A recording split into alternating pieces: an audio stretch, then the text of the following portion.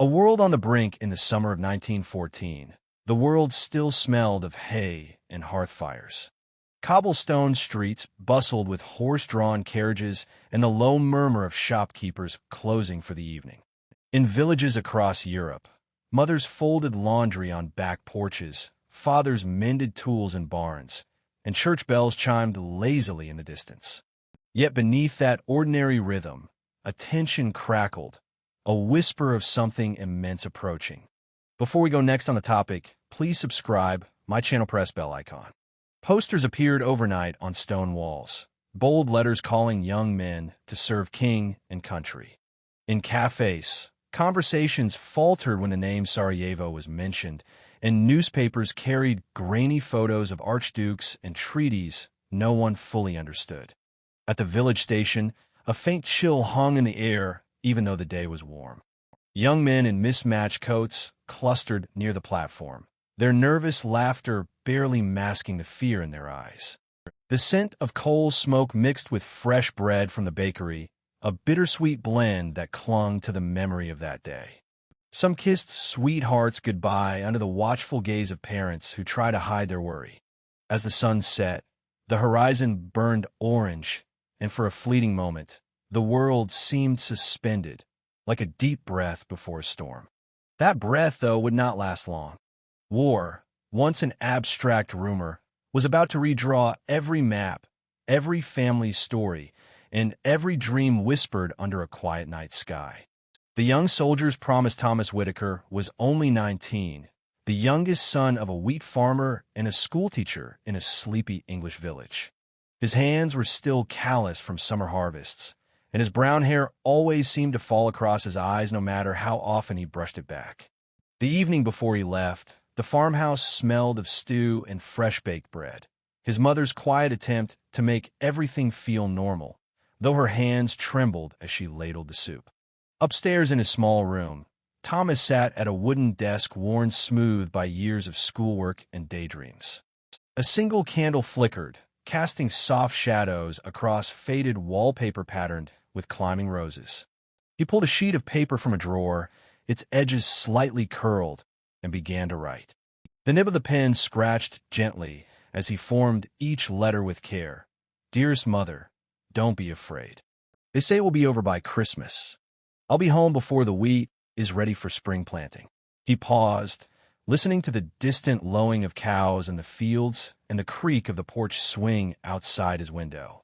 He wanted to promise more, to assure her that nothing could harm him, but the words caught in his throat. Instead, he wrote about the adventures ahead, about marching bands, comradeship, and how proud father would be. When he came downstairs, the family gathered near the hearth. His younger sister, Eliza, curled against him, clutching his sleeve as though her grip could tether him there forever. His father, usually a man of few words, cleared his throat and said, "Do your duty, son, and come home safe." Thomas smiled, but it was a small, fragile smile, the kind that flickers just before tears. The night outside was velvet dark, stars strewn across the sky like grains of salt. Somewhere far away, the world was already shifting, but here, in this warm kitchen, hope still lived in the simple promise of a boy to his mother. I'll be home before Christmas. From dusty roads to trenches the next morning, the village awoke to the sharp whistle of a distant train. Dew clung to the wheat fields, and the sky blushed pale pink, as if shy about the day ahead. Thomas boarded the carriage with other young men, farm boys, blacksmith sons, apprentices who had never ventured farther than the county fair. Their mismatched uniforms and second-hand boots made them look more like a ragtag parade than an army. As the train rattled south toward the coast, the countryside blurred by in a tapestry of green pastures, stone fences, and grazing sheep. The rhythmic clatter of wheels on rails was almost soothing, but under the surface, nerves hummed. Some men sang quietly, their voices cracking on familiar hymns. Others stared out windows, lost in thoughts they could not name. Thomas folded his cap on his knee and watched the hills roll away, thinking of home. The smell of hay, Eliza's laughter echoing across the yard, the way sunlight dappled the orchard in late summer. Days later, the shores of France greeted them with gray skies and a chill that seeped into their bones. They marched along dusty roads through villages where windows shuddered at their approach, locals peeking nervously through cracks. Horses snorted in the cold morning air, and the smell of wet earth clung to everything. The closer they drew to the front, the more the air changed. It tasted of smoke and metal, of something unnatural. The first glimpse of the trenches was a shock. Mud walls sagged under their own weight, lined with rotting sandbags. The ground was a churned-up sea of filth, boots half buried in muck, discarded rifles, and sometimes silent forms under tattered blankets. The sky above was a dull sheet of pewter, the sun a faint smudge behind clouds heavy with rain. The wind carried distant thunder, not from storms, but from the guns. As Thomas stepped into the trench for the first time, his boots sank ankle-deep in sludge. A rat scurried past, bold and fat, a veteran of this place. The stench of damp earth mixed with gunpowder and something sour, a smell he would never forget. A fellow soldier, older, with tired eyes, clapped him on the shoulder and said, "You'll get used to it." But Thomas wasn't sure he ever would. The world he knew, the warm kitchen, the promise of Christmas, felt impossibly far away, swallowed by the endless mud and the distant echoes of war. The silence between shells night fell over the trenches like a heavy wool blanket, muffling the world to a quiet hum. The stars above were faint, barely visible through the haze of smoke and distant flares. Thomas huddled against the rough timber wall, his greatcoat pulled tight as the damp cold seeped through. Somewhere down the line, a man whispered a prayer. Somewhere else, a match flared briefly, a soldier stealing a drag from a cigarette before snuffing it out. Then came the first shell, far off, a dull boom that trembled through the ground. A pause, then another, closer. The men froze, breaths held. But just as quickly, the noise passed, leaving a strange and fragile silence in its wake. In that silence, Thomas could hear his own heartbeat, loud and insistent. The world outside the trench felt impossibly far away, as if it belonged to another lifetime. In the stillness, memories crept in.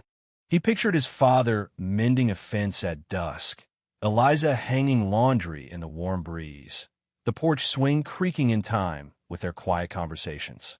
He wondered if anyone was thinking of him now, if his absence weighed on them the way their faces filled his mind.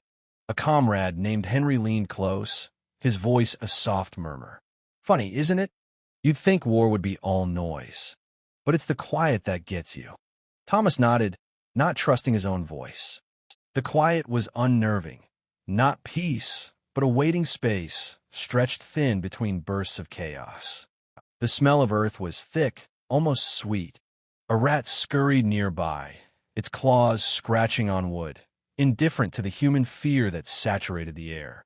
Above, a flare streaked across the sky, bathing the trench in ghostly white light for a heartbeat. Faces appeared like statues carved from stone, eyes hollow and wide, before the darkness swallowed them again. Thomas dug into his pocket and found the letter he had been writing, unfinished, the words smudged by damp fingers. He thought of the sentences left hanging, the questions he couldn't bring himself to ask. Would he come home? Would he see their porch again, hear Eliza laugh, feel the simple comfort of a summer night? The answers were as distant as the stars, but for now, in the silence between shells, he clung to the hope that someday the world would be quiet again for all the right reasons. Letters that never reached home. Morning light crept over the horizon, weak and colorless, turning the muddy trenches into a patchwork of gray and brown. The battlefield looked almost peaceful in those first quiet minutes, until the groans of the wounded and the distant echo of artillery reminded the men that peace was still a far-off dream. Thomas sat on an overturned crate, pencil in hand, trying to capture thoughts that felt too big for paper. Around him, soldiers wrote too, some quickly, as if spilling their hearts before the next attack, others slowly, as if each word were a fragile treasure. Letters had become their lifelines, the thin threads that tied them back to the world beyond the front. He wrote of simple things, the smell of fresh bread he missed, the way the rain here turned everything to muck, and how the French countryside, when not scarred by shell fire, looked like a painting. He didn't write about the friend he had lost last week, or the nightmares that woke him at dawn. Those truths, he decided, would only weigh heavier on the hearts at home. In his pocket, several letters already waited for the post. Some for his mother, one for Eliza with a sketch of a little sparrow, and another for the girl back home he had never quite had the courage to call his sweetheart. He traced the edges of the envelopes with a rough thumb, imagining them safe in familiar hands. But Thomas knew the truth. Many letters never made it past the battlefield. Rain ruined ink, shells scattered messengers, and sometimes whole bags of mail vanished into the chaos. Even so, the men wrote. They wrote because hope demanded it. They wrote because, in the quiet between battles, it was the only way to remind themselves they were more than soldiers. They were sons, brothers, and dreamers with futures still waiting. A cold wind swept across the trench, rattling a loose board overhead. Thomas tucked the letters close to his chest, whispering a promise no one could hear. You'll reach them somehow. Even if the paper never did, he believed the love behind those words would find its way home. A whisper beneath the stars' night returned like a patient shadow, drawing its dark veil over the battlefield. The air was crisp, carrying the faint scent of gunpowder mingled with wet earth. Above the shattered trees and barbed wire, stars winked shyly through drifting clouds, as if the heavens themselves were peeking down on the sleeping soldiers. Thomas lay on his back in a shallow dugout, staring upward. The sky was the one thing the war could not destroy. Each constellation was a familiar friend, a reminder of quiet nights back on the farm. He could almost feel the porch beneath him, the creak of the swing, Eliza's soft laughter as she counted shooting stars. The memory was so vivid it made his chest ache. Henry, his closest comrade now, shifted beside him.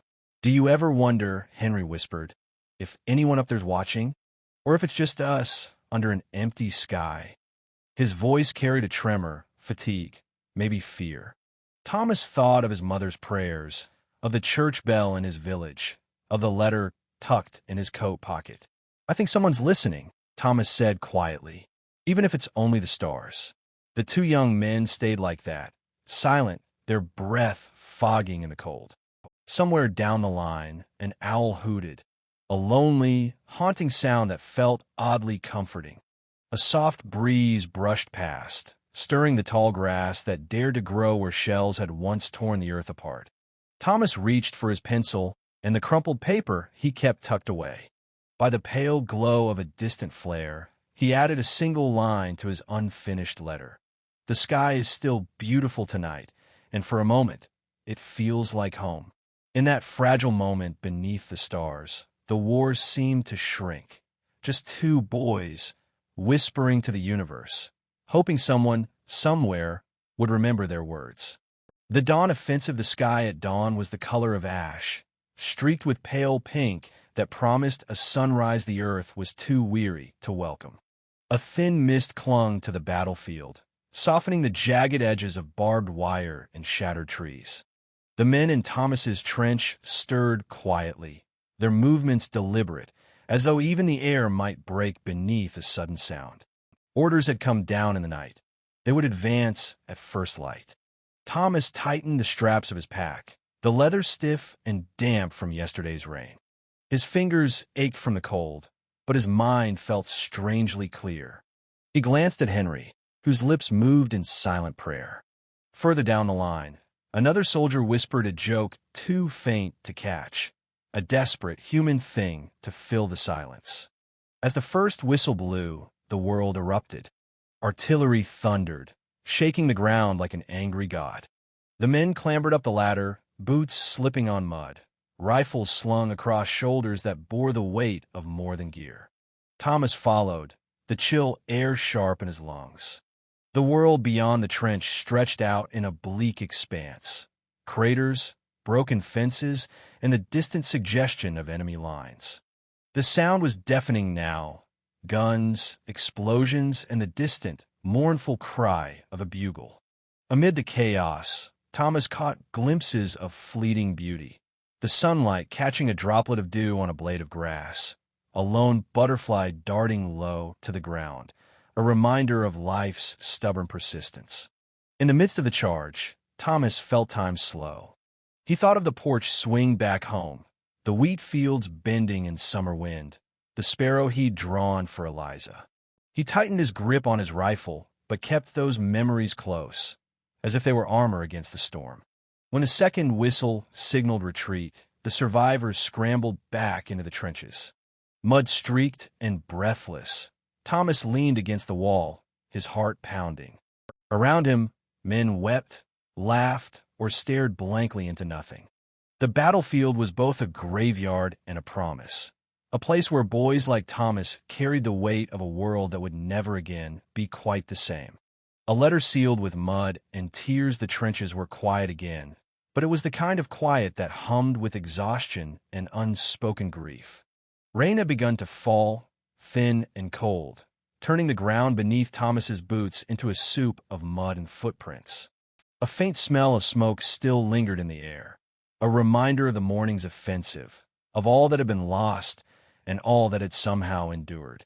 Thomas sat on an upturned ammunition box, his greatcoat heavy with water. In his lap lay a scrap of dry paper, spared by luck from the storm. The pencil in his hand trembled slightly, not from cold alone, but from the weight of words he wasn't sure he had the right to write. "Dearest Mother," he began, his script uneven. "If you're reading this, I pray I've already returned to you, or perhaps I'm on my way. The fields here are nothing like home. They smell of iron and rain instead of wheat and sunlight. But I think of you every day. I think of Father by the fence, Eliza's laughter, and the sparrows that nest by the barn."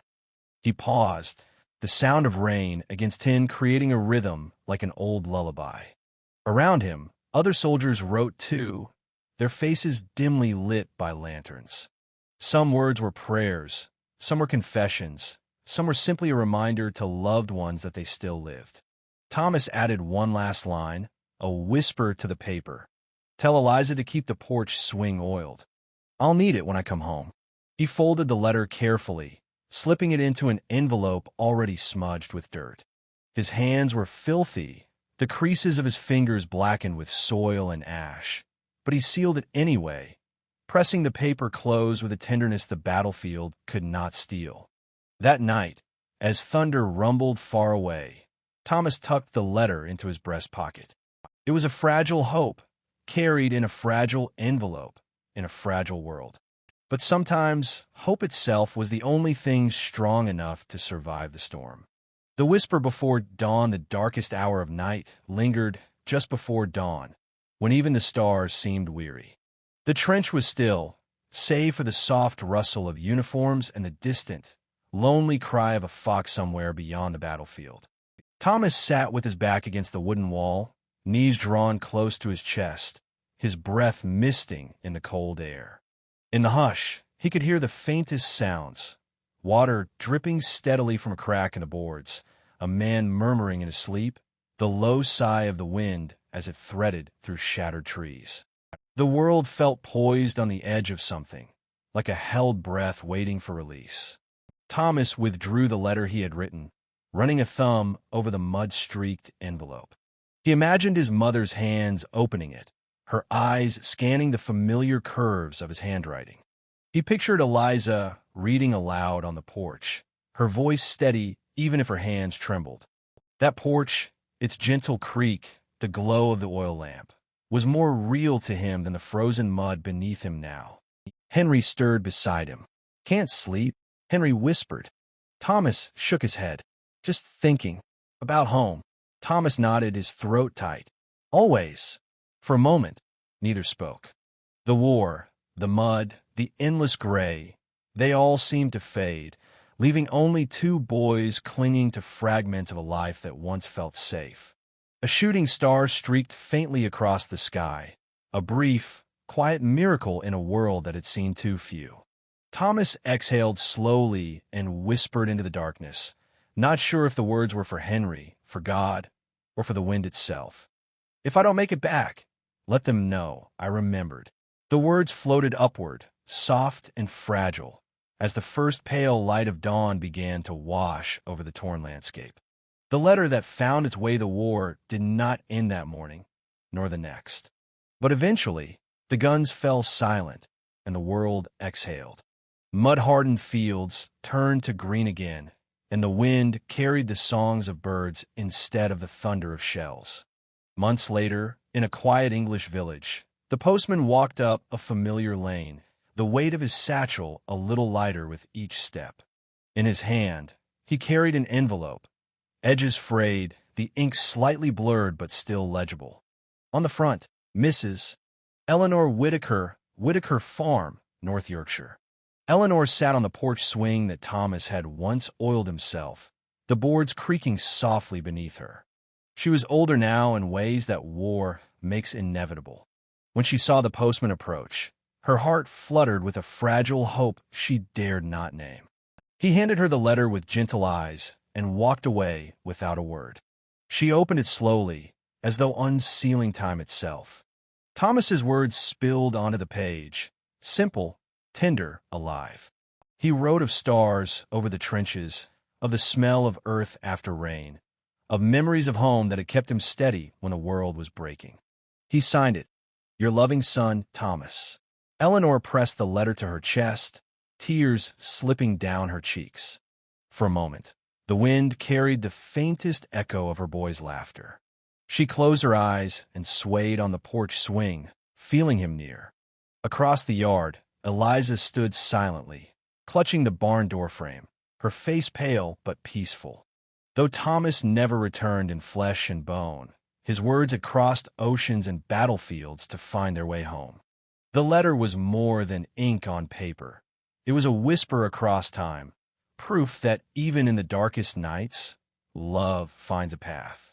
As the sun dipped behind the hills, casting a golden glow across the fields, Eleanor whispered into the evening air, "I remember, my son. I remember."